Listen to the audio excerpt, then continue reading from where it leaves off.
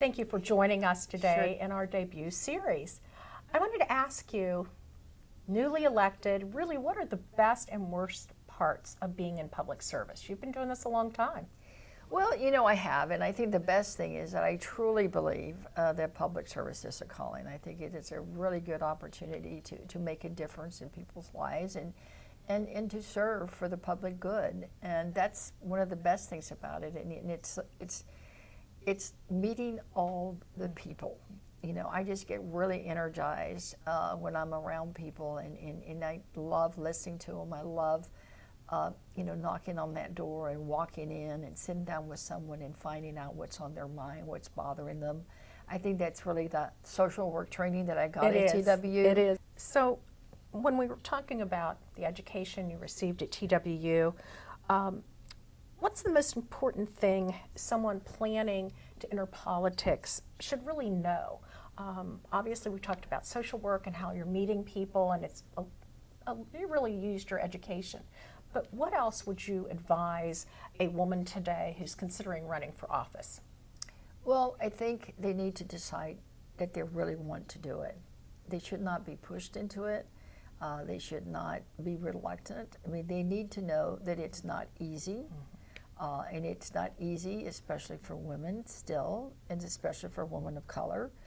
And I think they need to make sure that they're true to themselves and that they know exactly what their beliefs and values are and what their priority and passion is going to be so that they can then move forward. So I think it's important that they make a good assessment of where they're at and then what network they have around them to support them in running for office, because you can't do it alone. No. And you've got to have that fire in the belly, so you've got to know what your passions are.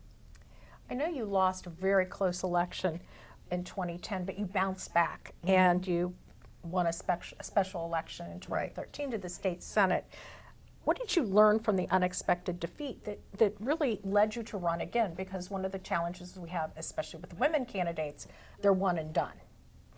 Where men go off and they lose an election and then they sell more insurance or sell more cars and it's in their obituary when they die, I always like to point out. But you really came back, and that's really it's unusual and just refreshing. What really was the spark that said, I'm going back in and doing this again?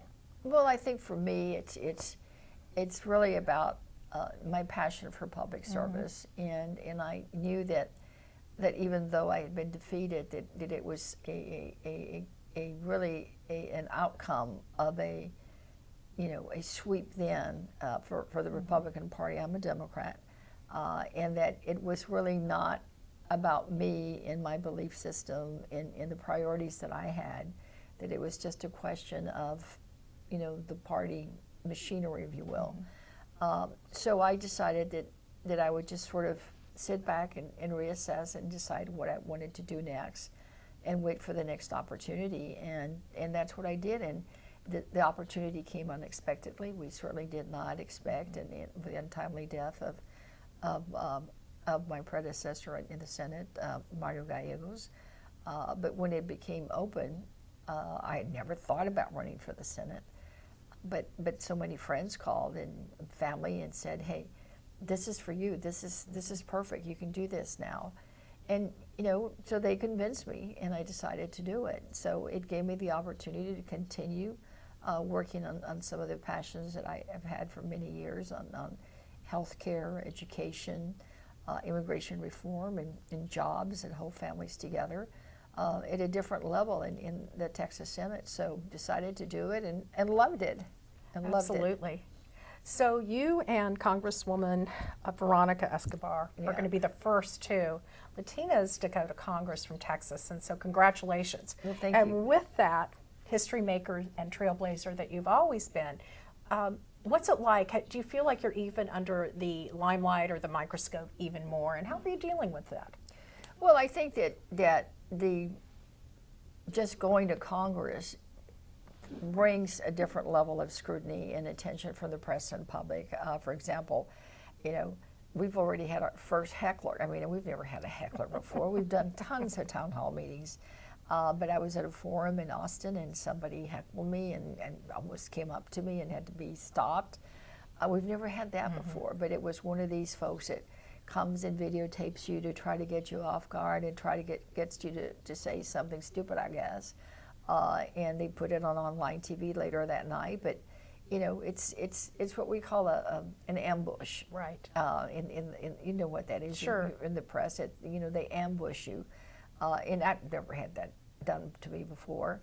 And then in a march that we did against the baby jail in Houston, you know, we had a protester. We've never had that done either. And so somebody said, "Hey, welcome to Congress," because it's a different level of scrutiny, and it may not even be anybody from your own district. It's people that are out there as advocates, agitators, and so that's different. But in terms of the history making, it really took me aback.